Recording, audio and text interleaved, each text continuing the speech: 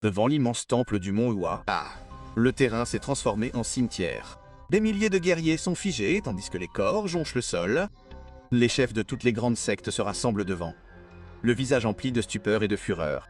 Un vieux maître peine à croire que cet endroit en ruine est le mont Hua qu'il a connu autrefois. Tandis qu'un moine observe silencieusement la destruction. Un mouvement apparaît soudain parmi les cadavres. Au fond du champ de bataille, un homme solitaire commence à avancer. À mesure qu'il s'approche, son visage ensanglanté et blessé devient clair, laissant les chefs stupéfaits. Ils le reconnaissent comme le saint de l'épée à la fleur de prunier. Sans hésiter, il libère une énorme vague d'énergie rouge en direction de l'armée. Les lignes de front sont instantanément écrasées tandis que l'attaque déchire tout sur son passage. Au milieu du chaos, un or rouge terrifiant se lève, révélant la véritable source du massacre. Une main émerge de l'obscurité, tenant la tête coupée du chef du mont Hua. Les représentants de la secte restent sans voix. Le jeune guerrier apparaît alors en pleine vue, se moquant de l'immense rassemblement devant lui. Il révèle qu'il est venu uniquement parce que la rumeur disait que le mont Hua était le plus fort. Avec une force sans effort, il prouve que ces rumeurs sont fausses. Il jette la tête du chef déchu vers la foule, les mettant au défi de se battre comme un seul homme. Poussés par la rage et l'humiliation, les maîtres restants lancent une attaque combinée. Face à eux, le protagoniste sourit simplement, réalisant que le combat est enfin devenu intéressant.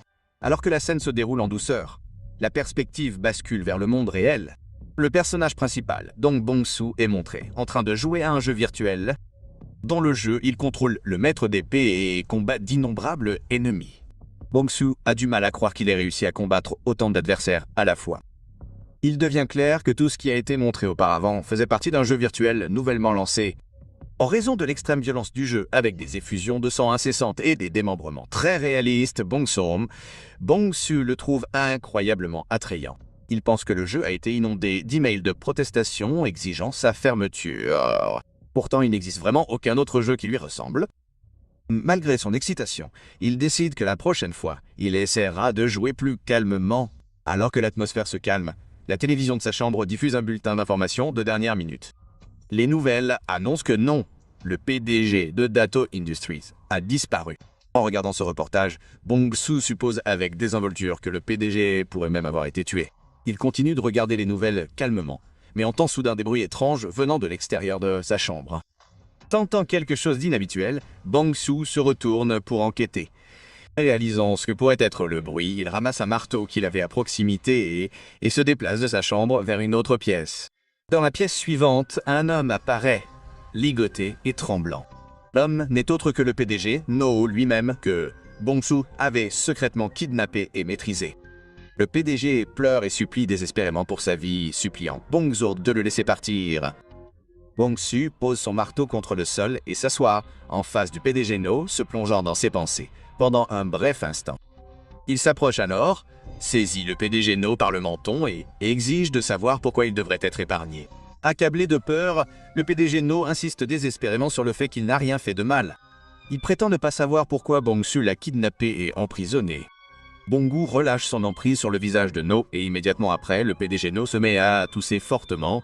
La scène se transforme alors en vision des crimes passés du PDG No. On le voit maltraiter sans raison de jeunes femmes innocentes, les soumettre à une torture extrême et les battre brutalement.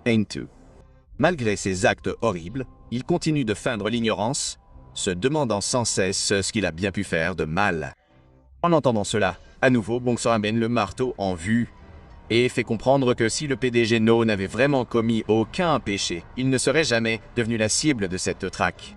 Avec panique, le PDG No crie qu'il expiera ses actes par lui-même et que Bong-soo n'a pas besoin de s'en préoccuper. À ces mots, Bong-soo attrape violemment le PDG No par les cheveux et déclare que lui seul peut infliger la punition pour le karma de Nox. En disant cela, il lève le marteau, se préparant à frapper à nouveau le PDG Nox. Le PDG No fixe Bong-soo avec une expression d'une violence inquiétante. Instant d'après, il se précipite soudainement en avant et lui cogne la tête dans le ventre. L'attaque inattendue empêche Bong-soo d'abattre le marteau. L'impact force Bong-soo à reculer sur une courte distance. À ce moment-là, une puissance cachée s'éveille en PDG No et il brise instantanément les cordes qui lui lient les mains, se libérant ainsi. Une fois libre, le PDG No est rempli d'une joie tordue. Tout ce qu'il veut maintenant, c'est tuer Bong-soo. Il attrape le marteau que Bong-soo a fait tomber et s'avance vers lui avec une intention meurtrière. Firesbar a l'air surpris au début, mais un sourire se dessine ensuite sur son visage. Alors que le PDG No lui balance le marteau Bong-soo esquive sans effort l'attaque, laissant le PDG No complètement sous le choc. Bong-soo serre le poing et assène un puissant coup de poing directement dans l'estomac du PDG No. Ce dernier est incapable de résister à ce seul coup. Alors qu'il tente toujours obstinément de se relever, il reçoit un coup de pied brutal dans la jambe de Bong-soo qui l'envoie violemment s'écraser au sol. Cette fois, son état s'aggrave bien plus qu'avant. Rampant désespérément sur le sol, le PDG Noise voit une porte devant lui, luisante de lumière de l'intérieur. S'accrochant à l'espoir qu'il pourrait s'agir d'une sortie, il se traîne vers elle. D'un bail tremblant de peur, il supplie Bong-soo de rester à l'écart car il ne veut pas mourir si tôt. Il se faufile à travers la porte et se cache à l'intérieur. Cependant, à l'intérieur de la pièce, le PDG No sent quelque chose derrière lui. Lorsqu'il se retourne, il est confronté à d'innombrables cadavres qui le fixent directement. Cette vision horrible le laisse complètement abasourdi. Derrière lui, Bong-soo entre également dans la pièce et explique froidement que la plupart des humains sont herbivores, tandis que parmi eux, il existe un petit nombre de carnivores qui dévorent le reste. Parmi eux, il y a un chasseur qui prend plaisir à traquer ces carnivores et à les envoyer à la mort. Alors que Bong-gu dit cela, ses yeux commencent à briller d'un rouge sanglant. Il est fermement résolu à envoyer le PDG No dans sa tombe. Ayant pris cette décision, il s'avance vers le PDG No terrifié. Le PDG No tente violemment de l'empêcher de s'approcher. Il lance des injures furieuses à Bong-soo tout en se couvrant le visage de ses bras pour se protéger des coups imminents. À ce moment précis, la porte de la chambre de Bong-soo est défoncée et plusieurs policiers font irruption à l'intérieur. Ils encerclent Bong-soo de tous les côtés, pointant leurs armes directement sur lui. Le commandant de la police s'avance, sort son arme et commence à arrêter Bong-soo pour enlèvement, séquestration et meurtre. Bong-soo regarde la police avec incrédulité. Il demande comment ils ont réussi à découvrir sa base. En entendant cela, la police devient agressive, tire un coup de semonce en l'air et ordonne à Bong-soo de ne pas bouger, soulignant que les armes qu'ils tiennent sont réelles. Bong-soo observe l'endroit où la balle a été tirée, puis regarde lentement les policiers. La situation ressemble étrangement au jeu virtuel auquel il vient de jouer. Soudain, Bong-soo se met à rire, et son rire laisse la police complètement perplexe. Bong-gu révèle alors à la police s'ils ont la moindre idée que ce Rajisepi Weji Away de PDG No Squad a assassiné un total de 6 femmes. Il explique que No les a torturées et a pris des photos en jouant avec elles avant qu'elles ne meurent. En entendant cela, la police est profondément choquée, tandis que PDG No commence à paniquer en entendant ses crimes révélés. Hommage. Bong-soo montre du doigt les cadavres dans la pièce derrière PDG No et révèle en outre à la police que ces vies ont été ôtées de force par les propres mains du PDG No, mains du PDG No. Poursuivant sa description de No, Bong-soo et explique que ces personnes sont des bêtes, des carnivores qui chassent des individus innocents ordinaires.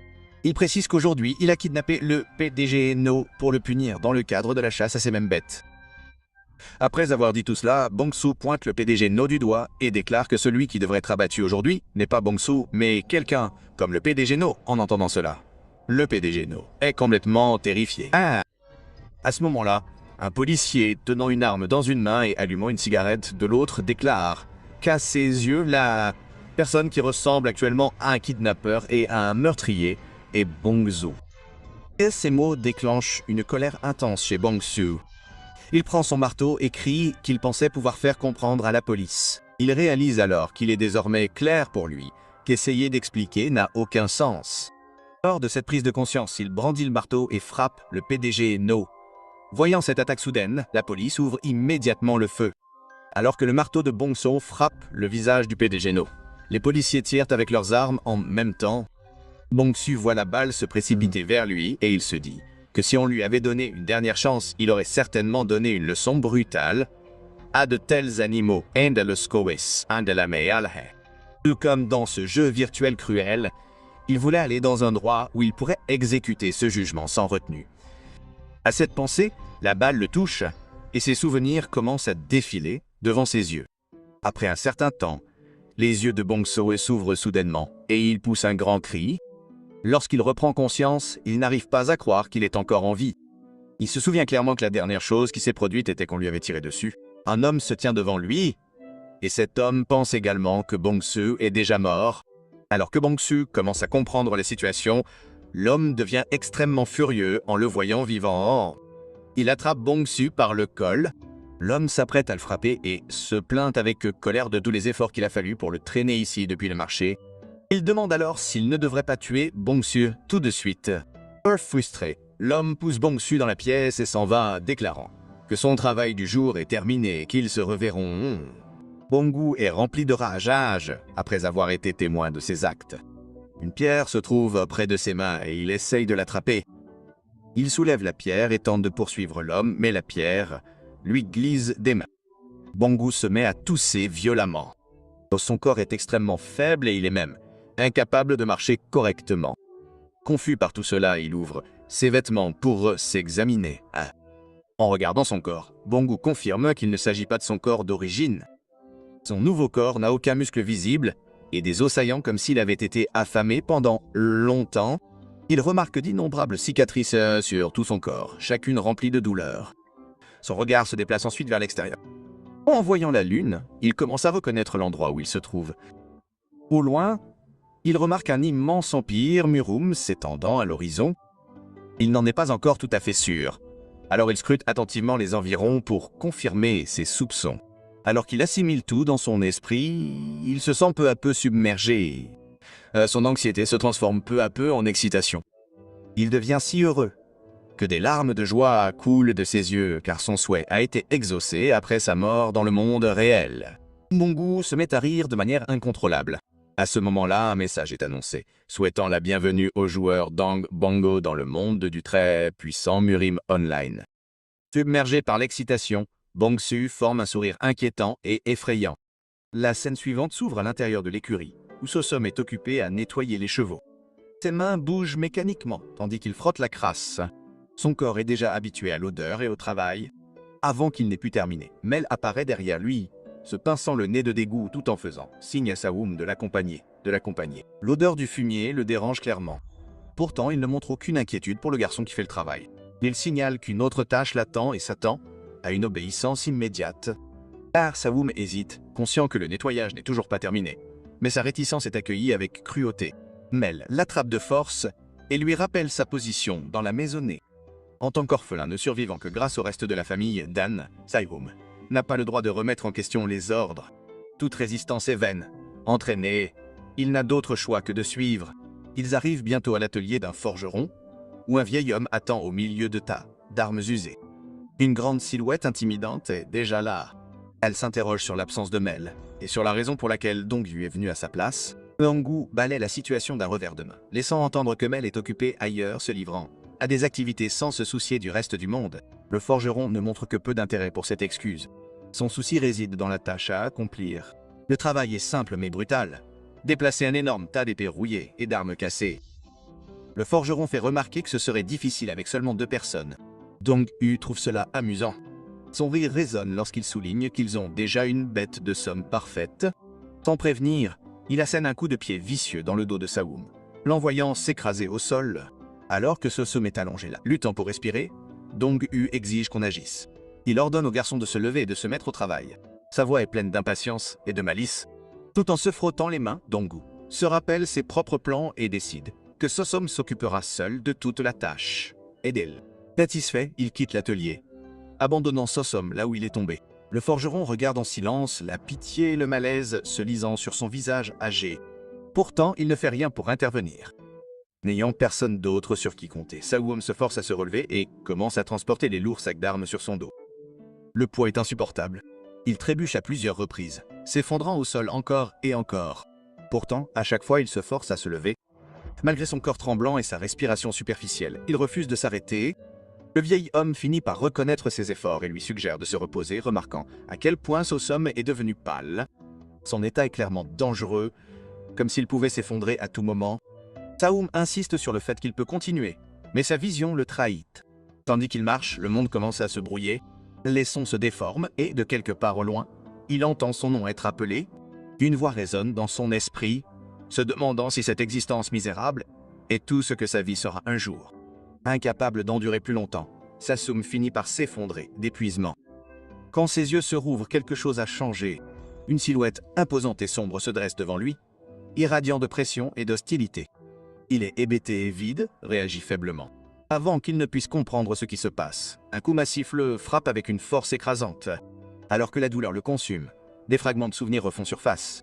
Il se souvient du moment où sa famille a été emportée par un violent typhon. Il se souvient s'être tenu à la porte de la famille d'Anne, implorant qu'on lui donne la vie. À chaque coup imaginé, l'humiliation qu'il a endurée dans cette maisonnée se rejoue dans son esprit. Lentement, une prise de conscience dévastatrice s'installe. Toute son existence lui semble être une erreur. Depuis le moment où il est né dans ce monde, au plus profond de sa conscience, une présence mystérieuse implore désespérément d'être sauvée. La réalité revient brutalement. Sassoum est allongé sur le sol froid de l'écurie, son corps est brisé, mais ses yeux brillent désormais d'une lumière rouge glaciale. Un sourire tordu se dessine sur son visage lorsqu'il se relève. Il n'est plus la même personne qu'avant. Ses mouvements sont réguliers, pleins d'intention. Il retourne dans l'écurie sans hésiter. En voyant son reflet dans l'eau, il se souvient du nom du corps qu'il habite désormais. Sosom, une toux lui échappe tandis que la douleur envahit son corps affaibli. Ce corps est fragile, endommagé, et maigre alors qu'il regarde autour de lui. Les souvenirs de l'écurie sales et exigus le confirment. C'est le même endroit qu'avant. C'est alors qu'il comprend la vérité. Le Sosom d'origine est mort des coups. Ce qui occupe désormais ce corps est quelqu'un d'autre. Alors qu'il lutte pour assimiler cette prise de conscience, quelque chose d'étrange apparaît devant lui. Un immense écran bleu se matérialise dans les airs. Brillant de mille feux, il lui souhaite la bienvenue sur Murm Online. L'interface familière le confirme, une fenêtre d'état, un système. Ailleurs dans le village, Mel marche dans les rues en tenant un bol de nourriture. Il grogne dans sa barbe. Il se plaint d'être celui qui nettoie toujours après les autres. Son irritation grandit lorsqu'il se souvient de la rencontre de Sassoum avec Pang Dorian, un homme connu pour son tempérament violent. À cause de cette rencontre, le maître était furieux et ML a été contraint de gérer les conséquences. De sombres pensées lui traversent brièvement l'esprit. Il envisage de mettre fin à la vie du garçon, mais rejette rapidement cette idée. Le risque est trop grand. Se faire prendre lui coûterait sa propre tête. Au lieu de cela, il évacue sa frustration en ouvrant la porte de l'étable d'un coup de pied et en jetant le bol à l'intérieur. La nourriture se répand sur le sol près de Sassoum, qui reste silencieux. Ses yeux rouges brillants observent tout calmement. Il commence à analyser sa situation. Cela fait 2 semaines qu'il s'est réveillé dans ce monde. Pendant ce temps, il a recueilli des informations en écoutant Michael et en observant son environnement. La première chose qu'il a apprise, c'est que les gens ici parlent chinois, mais cet endroit n'est pas la Chine. À proximité, il observe des gardes s'entraîner dans une cour, maniant des épées à une vitesse humaine. Les combattants bondissent dans les airs, se déplaçant plus vite qu'un humain normal ne devrait pouvoir le faire. Des formations entières se déplacent en parfaite synchronisation. Les arts martiaux ici ne sont ni des mythes ni des spectacles. Ils sont réels. Ce monde fonctionne selon les lois de Murim. La deuxième découverte est le système lui-même. La fenêtre d'état en ligne de Miram fonctionne parfaitement. Pourtant, lui seul peut la voir. Même avec la présence du système, il comprend que ce monde n'est pas virtuel. Les gens ici ne sont pas des constructions artificielles. Ils pensent, ressentent, souffrent et vivent selon leur propre volonté. Ce ne sont pas des PNJ. En regardant l'écran bleu, il se demande qui il est vraiment, un humain ou un joueur. La réponse n'a plus d'importance. Ce monde est réel. Soudain, Dongyu apparaît à l'entrée de l'écurie. Son expression est remplie de moquerie et de rage. Il s'approche, toujours en colère d'avoir été puni à la place de Sosom. Mais cette fois, Sosom se lève sans peur. Il ramasse calmement le bol renversé et commence à manger la nourriture par terre sans hésitation. Cet acte enflamme la fureur de Dongyu. La brute attaque, mais Sawam réagit instantanément, bloquant le coup avec le bol lui-même. Le choc traverse le visage de Dongyu, tandis que Sawam contre-attaque avec un coup de poing précis. Ses yeux rouges brillent de plus belle lorsqu'il saisit Dongyu par le cou et le plaque au sol avec une force écrasante. Dongyu réalise avec terreur que le garçon qu'il a autrefois maltraité n'existe plus. Ce qui se dresse devant lui est désormais tout autre. Sans pitié, Sawam déchaîne sa rage. Ses poings s'écrasent encore et encore. Le sang gicle sur le sol. L'assaut continue jusqu'à ce que Dongyu ne puisse plus résister. Sawam s'arrête enfin. Et debout, au milieu du carnage, une aura rouge l'entoure. Fermant les yeux, il respire profondément. Il réfléchit à ce qu'il a fait. Il soit humain ou joueur n'a aucune importance. Ce monde suit une seule loi. Seuls les forts survivent. Ici, la force décide de tout. Ici, il n'a pas besoin de se cacher. Il n'est pas une proie. C'est un prédateur. Au-delà du village se trouve la jungle connue sous le nom de Gango, où des bêtes encore plus grandes et terrifiantes errent librement. En pensant à elle, un sourire se dessine sur son visage. Une fois que son corps aura récupéré, il recommencera à chasser, Pour les vrais prédateurs, ce monde n'est pas l'enfer, c'est le paradis. Et dans la terre divine de Muram, Saoum a enfin trouvé sa place. De retour dans le présent, Saoum s'allonge à côté du corps sans vie de Dongo pour reprendre des forces. Il n'y a aucune satisfaction à tuer quelqu'un d'aussi insignifiant. Pourtant, quelque chose d'important doit encore être confirmé. Avec une expression calme, il tourne son attention vers le cadavre, se préparant à tester une théorie qui s'est formée dans son esprit. Dès qu'il se concentre, une commande familière prend effet. Une immense interface bleue se matérialise devant ses yeux. La fenêtre d'inventaire s'ouvre instantanément, inondant sa vision de lumière. Au premier coup d'œil, Saoum remarque une différence cruciale. Dans Miram en ligne, les emplacements d'inventaire étaient divisés de manière rigide, chaque objet étant confiné à un seul carré. Ici cependant, l'espace est complètement ouvert, un vaste vide continu. Curieux, il tend lentement la main vers l'écran flottant. La sensation est réelle. L'espace intérieur s'étend à l'infini, dépassant facilement les 100 points de volume. Ses yeux passent de sa propre main au corps de Dongo et une nouvelle idée prend forme. Se rappelant comment les choses fonctionnaient autrefois, dans le jeu, il s'approche du cadavre et presse sa main contre le visage de l'homme. La réaction est immédiate. Le corps commence à se déformer de manière anormale, vacillant comme une image corrompue. En un instant, une lumière bleue l'engloutit, l'attirant vers l'intérieur comme s'il était avalé par le vide lui-même. En quelques secondes, le corps de Dongo disparaît complètement, ne laissant aucune trace derrière lui. Il a vu quelques montres dans un silence stupéfait. L'utilité de cette capacité devient instantanément évidente. Se débarrasser des corps n'a jamais été aussi facile. Une pensée plus dangereuse surgit peu après. Les êtres vivants pourraient-ils également être stockés à l'intérieur? Et si oui, s'ils resteraient en vie? Avec une expression pensive, il décide que des tests supplémentaires seront nécessaires. La scène se déplace au lendemain. Dans une cour animée, plusieurs hommes discutent pendant que Sosom balaie tranquillement le sol à proximité. Bien que ses mouvements restent lents et soumis, son attention est vive. Deux gardes à proximité échangent des ragots, riant ouvertement pendant qu'ils parlent. Saoum continue de travailler, écoutant attentivement sans éveiller les soupçons. Soudain, l'un des hommes se tourne vers lui avec irritation. Sans prévenir, une violente gifle atterrit sur le visage de Som. La force lui fait basculer la tête sur le côté, mais il ne résiste pas. Du sang coule sur sa peau, tandis qu'il baisse les yeux. Le garde devient de plus en plus furieux, offensé par le silence du garçon, et suppose qu'il est soudainement devenu muet. Saoum répond en feignant la confusion, son expression vide et floue à Dahlia flou. L'homme l'attrape brutalement par les vêtements, convaincu que le garçon est en train de faire une bêtise. Après l'avoir réprimandé davantage, le garde montre du doigt un cheval et ordonne à Saoum de l'emmener se promener. Saoum s'incline maladroitement, balbutiant juste assez pour renforcer son geste. Agacé par son incapacité à parler correctement, le garde le congédie et conduit le cheval à travers le village. Saoum avance dans des rues bondées et un marché animé. Les marchands crient, les gens marchandent et les étals débordent de marchandises. Son regard absorbe tout. Les chemins, les visages, les habitudes, les issues de secours. Chaque détail est enregistré avec une froide précision. Soudain, un mouvement attire son attention.